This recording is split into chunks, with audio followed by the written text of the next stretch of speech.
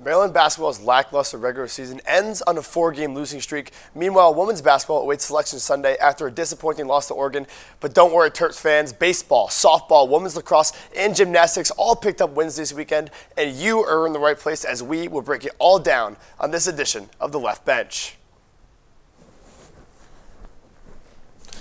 Let's do it.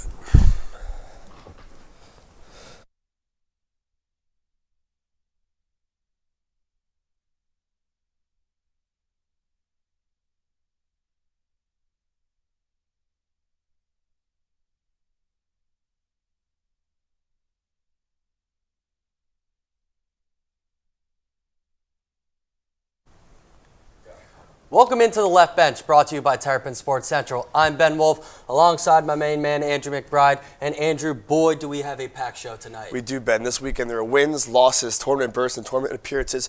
But let's start at CQ Stadium on Saturday, where number 3 Maryland women's lacrosse moved to 7-0 for the first time since 2022. Dominating defense and 20 combined shots between Kristen Shanahan and Lauren LaPointe led the Terps to a 13-6 victory over the James Madison Dukes. Maryland starts off hot, beginning on a 3-goal run and taking a lead which they would never give up. Before the half, both LaPointe and Shanahan secure hat tricks, while Leah Miller scores her first career goal, giving the Terps an 8-3 lead going into the break. JJ Soriano collects 10 saves in the day, but doesn't face much work as the Terps defense allows a season-low 17 shots on goal.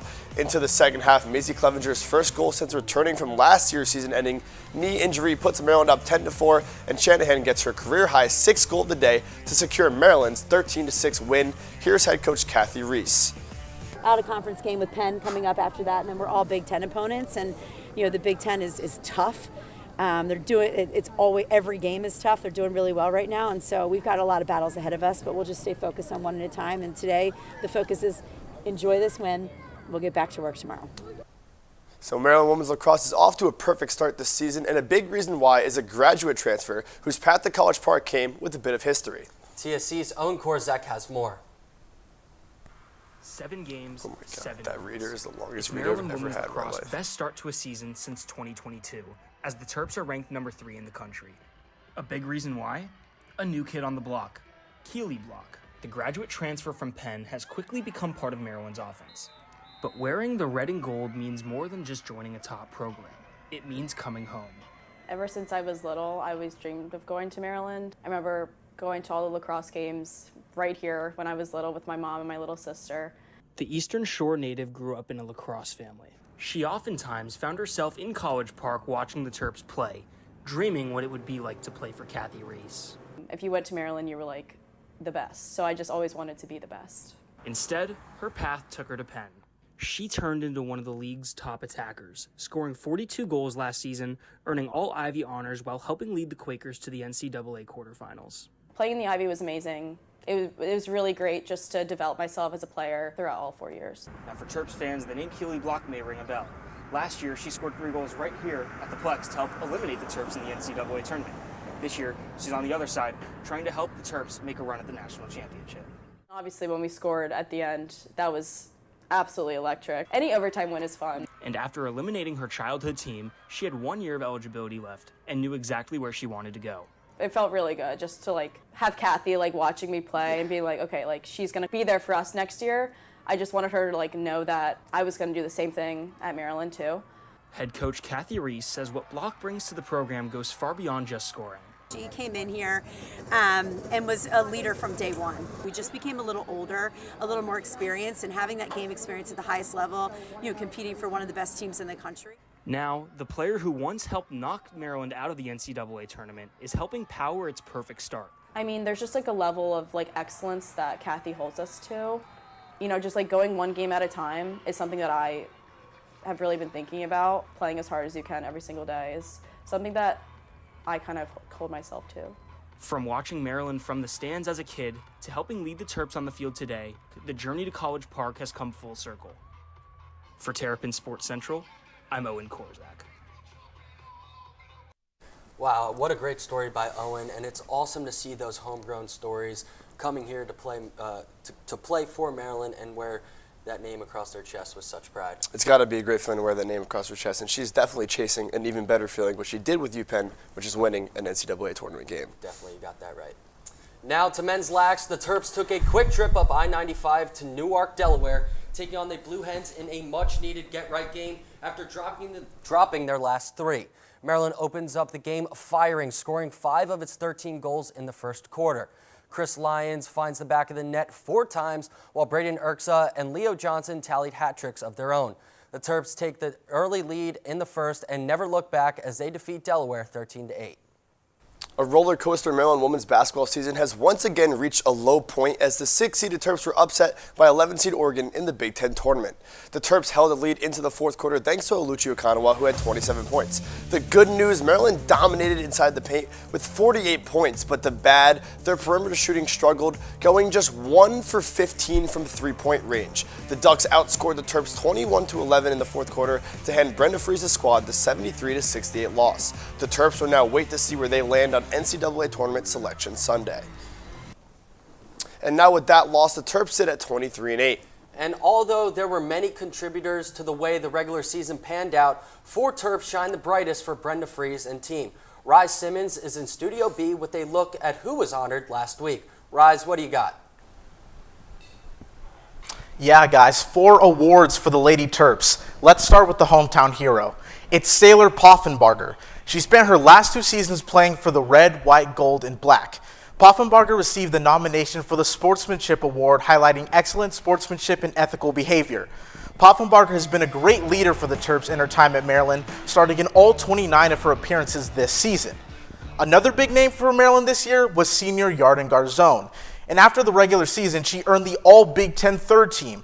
This is Garzone's fourth time receiving Big Ten honors, as she earned All-Big Ten freshman in 2023 and All-Big second team in the 2023 and 2024-25 seasons. Garzone has proven to be a premier shooter in the Big Ten as she leads the conference in three-point attempts and makes per game. Now to the freshman Addie Mack. Mack was selected to the All-Big Ten freshman team due to multiple season injuries at the guard position. Mack thrusted into a starting role in just her 5th game of her career.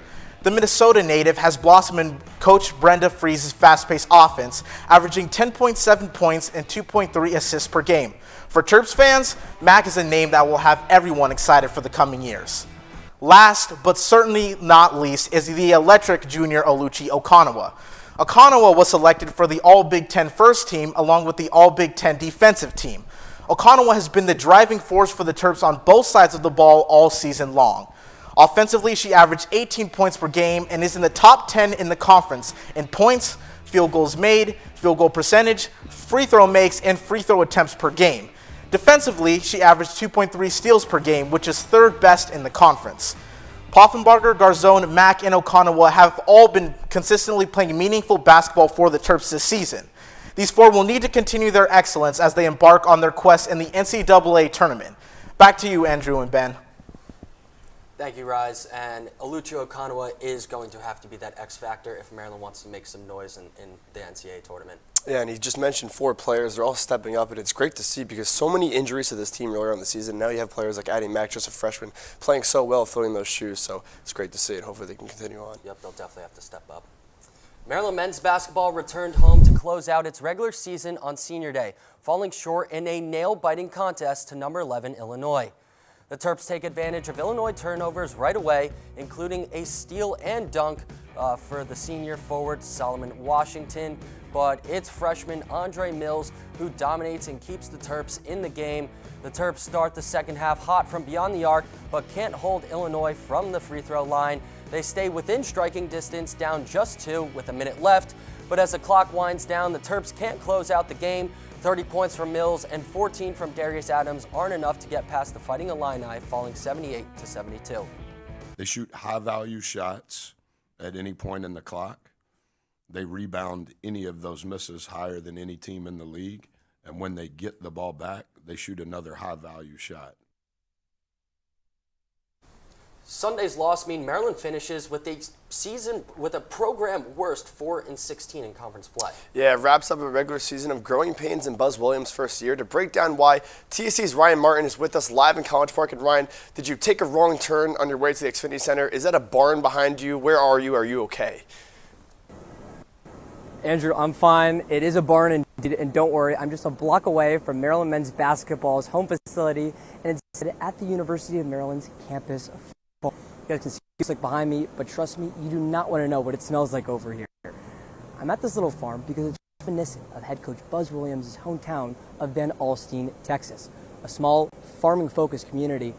Williams says taught him the importance of decision-making and accountability.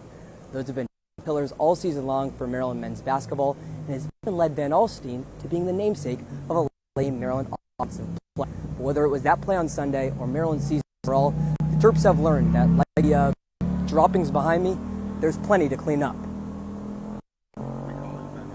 Van Alstyne, that's the little farming community that I'm from. Van Alstyne means I'll make the decision, you keep playing. They know that means do what I'm asking you to do, keep playing, but I have the right to make the decision on if I call a timeout. And what Williams was referencing right there was the timeout he called with 38 seconds left and Maryland down by 4 to Illinois on Sunday. Terps ended up losing that one. Maryland now finishes the regular season with 20 losses for the first time since the 1988-89 season. Terps still have the Big Ten tournament on Tuesday in Chicago. Maryland will play Oregon at 5 p.m. Eastern Time. And unless the Terps win the national championship, guys, Maryland will finish with a program record 21 losses. But like the Maryland dairy ice cream that's made using the milk from right behind me and cows at the campus farm, there's some sweetness and a silver lining, maybe some optimism for Maryland heading into next season. Terps are expected to get Pharrell Payne, Maryland's leading scorer from a season ago, who only played 10 games because of injury this year. He should be back with a medical red shirt. And you add in some tremendous freshmen. Andre Mills averaged over 20 points in his last 7 games. He could be back. Darius Adams should be priorities to keep from going elsewhere in the transfer portal. Then Maryland brings in a top 10 recruiting class highlighted by 5-star and Silver Spring, Maryland native Baba Oladotin. Andrew, Ben, there's some optimism for Maryland going into next season, but it's hard not to have a sour taste in the mouth after a Maryland men's basketball team that had its worst season historically in 2025-2026. Thanks, Ryan. Get out of there. Cover your nose while you walk by, because I lived for Northwest freshman year and it smelled. But thank you, and a lot to look forward to for seasons to come, especially if Pharrell Payne comes back next year. Yeah, I mean that would be humongous for the Terps. Him and Baba together. I mean that's going to be a lethal duo if they come back. Mills too, Da. I mean, watch out. The future's bright. Don't go anywhere. Andrew and I talk with a Maryland pitcher who's been mowing down non-conference lineups. We'll also be playing a very fun game of Two Truths and a Lie. Stay with us.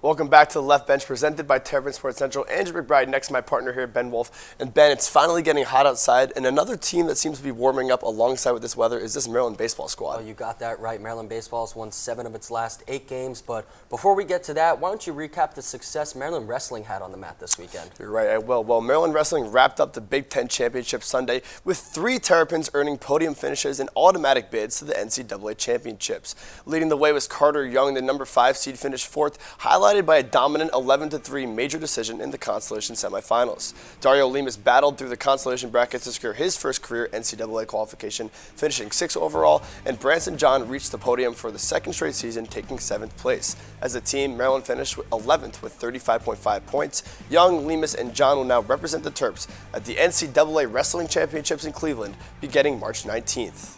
Maryland baseball spent the weekend taking on the Troy Trojans on the road in Alabama, and Sunday's rubber match was a thriller. In the top of the 9th inning, Ryan Costello stays scorching hot and is captain clutch for the Terps as he belts this no-doubt homer to right field, giving Maryland its first lead of the game, 5-4. Jordan Crosland adds some insurance with another 2-run bomb to left. The Trojans get 2 back in the bottom of the 9th, but could not walk it off as the Terps hang on and win the series with a 7-6 win. And we just got some breaking news into our newsroom. First baseman and outfielder Ryan Costello, the hero from yesterday, has been named Big Ten Freshman of the Week. Costello hit 438 last week with 3 homers. He totaled 17 bases as well. Well, that's some good news, and in other great news, Maryland is now 7-8 in their last 8 games with that win the other day. Yeah, they sure are. And to learn more about what is going so well for Maryland, Andrew and I caught up with right-handed pitcher Logan Hastings earlier today. Check it out. We're happy to be joined by right-handed pitcher Logan Hastings. Logan, thank you so much for joining us. Yeah, thank you guys for having me. Of course, Logan, just got in last night, but you guys have been rolling. You won your 7 out of the last 8 games. What's been working so well for you guys during this stretch? Yeah, I mean, I think a big part of it is just, we've been competing really hard these last, 8 games. We've, kind of not really given up, like, especially with the game yesterday. We just battled and for as long as we could. Bats are heating up, the pitching's helping out, we're keeping the runs low, letting our guys put up runs, and then we're just holding from there. And then from a personal standpoint, Logan, last year your ERA was 5.17, and now it is sub-1 this season so far. Just what has allowed you to make that huge jump this season? Yeah, I mean, I'm going to say a lot of it's just been, from work in the off season, just pitch development. And the biggest thing at all has been just throwing strikes. I mean, last year my walk numbers were, very high. I had like 30 or something by the end of the year with, 12 hit by pitches. This year I'm limiting the walks, trying to limit hit by pitches, but it's not going as well. But just getting ahead, staying in pitchers counts, keeping hitters defensive. And then, when they're always having to protect with my stuff, I know that they're going to have a really hard time getting on and scoring. As you keep throwing like this, does your confidence also build on itself and it kind of just starts snowballing from there and you just feel more confident hitting the strike zone? Yeah, absolute snowball effect. I mean, every time I'm taking them out, I just feel like I have the utmost confidence that nobody that we play is going to be able to hit me. I mean, I know that's not possible to always throw up a 0, but just going out on the mound is what I expect to do every single day. Yeah, and Logan, another person stuffing the stat sheet this year is Ryan Costello. Monster at the plate, 9 home runs, batted .357 this weekend. How crucial has his hitting been for this team? It's been unreal for like this stretch that we've been on. I mean, every like clutch spot when he comes up, it's like, I mean, I wouldn't want anybody else up at the plate, and he keeps showing why that's the reason. I mean, he's been unreal. It's like a video game. And now looking ahead, you got your final non-conference game before Big Ten play tomorrow against West Virginia, and then you start Big Ten play at the Bob against Purdue. Just how do you think your non-conference slate has helped you prepare for league play coming up? I would just say the atmospheres. I mean, going down, in the Sun Belt with, Troy this past weekend, they had a good atmosphere there, but I would say Louisiana, that atmosphere has kind of prepared us for anything. I mean, I can't even imagine, a Big Ten tournament championship game having an atmosphere crazier than Friday night in Louisiana. So I think, playing down there, playing that tough competition, I mean, those are both really, really good teams. Even UNCW and Wagner were both good squads, but I just think the atmosphere is, we're not going to play an atmosphere that's crazier than what we've already done now. So everything that we play from now on, we should be used to and able to, confidently take over. Is there a place you're looking forward to playing this season? Yeah, I mean, I'll say UCLA. I just haven't really not a huge traveler, so I haven't been out to the West Coast before. So I'm just kind of excited to see what it's like out there. And they're a really good ball club, so that's probably one that's on my bucket list for this year that I'm really excited for. Yeah. Well, that's awesome, Logan. It's great to hear. Unfortunately, that's all the time we have, but thank you so much for joining us, and good luck this week and the rest of the season. Yeah, thank you, Logan. Good luck. Yep. Thank you guys very much. Yep. Yeah, I mean, it's great to see what the Dirty Terps have been doing so far, and UCLA is definitely a stadium that I would want to play at as well. Yeah, and I wonder if Logan takes back that choice because he told us that he got back at 4 a.m. from their game yesterday. Yeah. So, that'll be a long trip, too. I'm sure that plane ride is long, but good luck to Logan and the rest of the team for the rest of the season. Yep. Well, now to Maryland softball. It was a rubber match between Rutgers and the Terps. The Scarlet Knights wasted no time getting things started on Sunday. The very first batter of the game lights one up, an early 1-0 lead. Maryland tries to settle down with a pitching change, but Rutgers adds one more, taking a 2-0 lead after 2 innings. The Terps kept it close for the rest of the game, trading runs in the fourth, but the Scarlet Knight offense proves to be too much in the fifth, scoring 5 runs in the frame. The Terps continued to battle, but that's all she wrote. Rutgers takes the win 9-3 in the series 2-1. I think for us today, we weren't coming out quite as hungry as we've come out the last 2 days. So we need to be better at staying focused and taking care of the ball on defense. Maryland Gymnastics hosted Cornell, Ball State, and Temple University for the Maryland Quad Meet, beating not 1, not 2, but all 3 teams. Starting on the vault, where the Terps earned a 48.95 team score, higher than every team on their first rotation besides Ball State. Then Maryland heads to the bars, where the first 2 gymnasts scored a 9.775. Trying to close the gap, Maryland scores a season-high 49.2 on the beam, taking its first lead of the meet. The Terps end on the floor, where they steal the show and pull out a 196.225 win. The meet also marked head coach Brett Nelligan's 300th career win, a special night he got to share with the 5 gymnasts honored on senior night. 300 wins means 2 things. It means that I'm blessed to have an amazing coaching staff that I've been with for a long time. And I've been blessed with incredible student athletes, because like I always say, I haven't stuck a single dismount here at Maryland, and I haven't done a single beam routine. They've done it all, so it's really their 300 wins. That was a lot, but we're not done yet. Stick around as Ben and I take on 2 truths and a lie. And we'll also crown our Terp of the Week, Pro Terp, and Top 5 plays. Stick with us.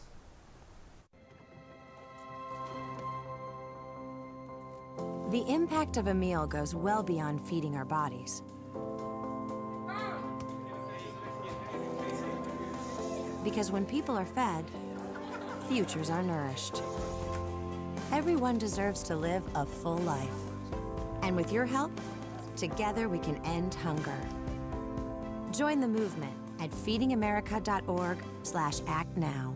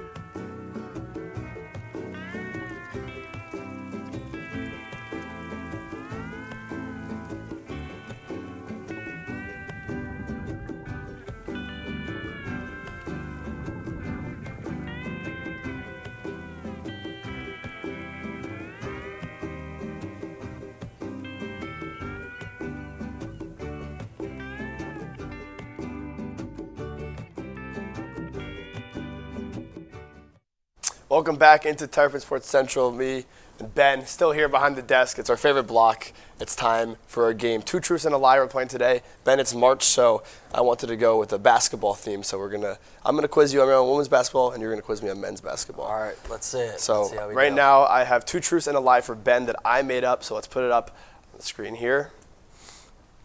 Go ahead and read them, Ben. All right, Addie Mack is the #2 all-time scorer in Minnesota women's high school basketball history. Oluchi Okanwa's career high in points is higher than Sailor Poffenbarger's career high. Brenda Fries is second in career winning percentage. among Big Ten men's and women's head coaches behind only Coach K. Got a lot for you there to digest, but this is a lot. This is tough. It is. Where I'm jumping right now is, I mean, obviously Brenda's a great coach, but with the career winning percentage, Big Ten coaches, Coach K, I mean, he was at Duke for his career, unless he was at a Big Ten team prior to Duke. That's where I'm leaning towards right now. I think Addie Mack being the number 2 all-time scorer in Minnesota, I think that can be truthful as well. And Lucio Kanawa, I'm between the second and the third one. I'm being told to guess. I'm going to go with the third one, Brenda Frese. Well, you would be correct. Let's see it on there first. Well, we don't have to see it, but you are correct. All right, there we go. You might not. You got it right because she is actually first on that list. I'm not sure why Coach K was listed on that list that I saw, but you are correct. Either way, you got there to the right answer. Alrighty. You did a great job of reasoning there. Thanks. All right, so now it's your turn to guess the 2 truths and a lie for men's basketball. All right, let's see get them up there. Hopefully it's as easy as yours was. Okay, Elijah Saunders had the most minutes this season. Wow, that would be crazy if true. Colin Metcalf grabbed the most rebounds this season, and Pharrell Payne averaged the most points this season. Okay, this is tough because Payne did not play many games this season, and he did score a lot of points when he did play, but Diggy just had so many high-scoring games. That one's on my mind. Colin Metcalf grabbed the most rebounds. Is that rebounds per game or total rebounds? Total rebounds. Let's see, that guy. That's also possible because Payne didn't play.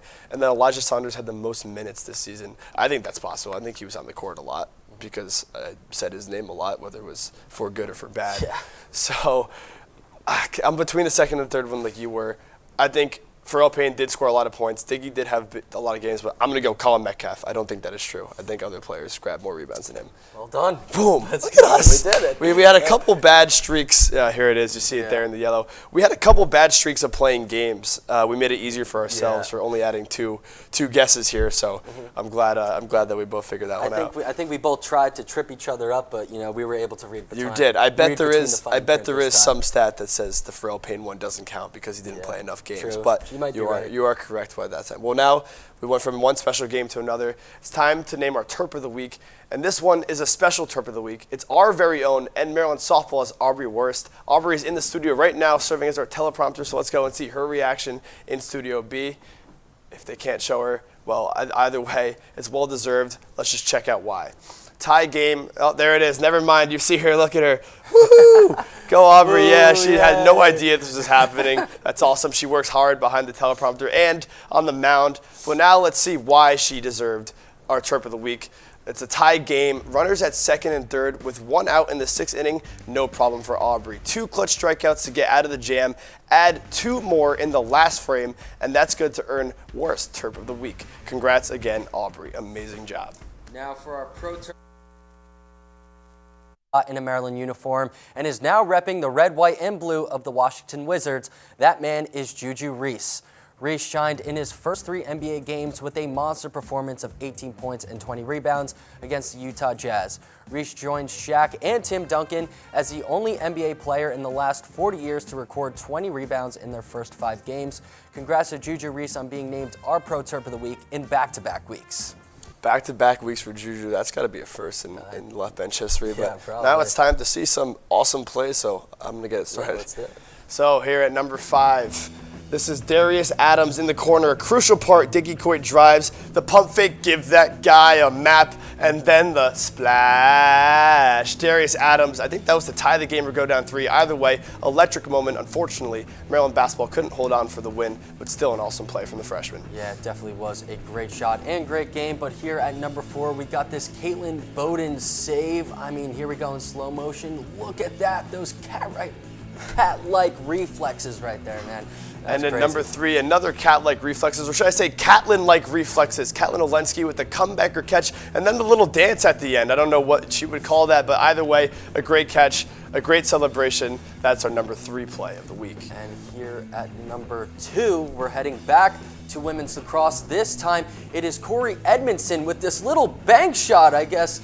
That's the bank shot you get in lacrosse, not using the backboard, but using the turf. This time, this was first of 2 goals. And at number 1, we have Colin Metcalf. To quote my favorite Tim Robinson skit, "Give me that! That looks really good. That ball looks really good." The come from behind block. You could say blocked by Metcalf like blocked by James. Well, what a great play. Colin Metcalf, 2 great blocks in that game, actually. So congrats to him for our number 1 play. Awesome. You really nailed the references in this top 5, man. I mean, that is top tier. Watched that too many times and not know it. Well, that does it for us this evening. Make sure to follow all of our coverage on Instagram, X, YouTube, and online at terrapinsportscentral.com. Thanks for joining us. Enjoy the beautiful weather this week and have a safe and fun spring break, everyone. We'll see you next time.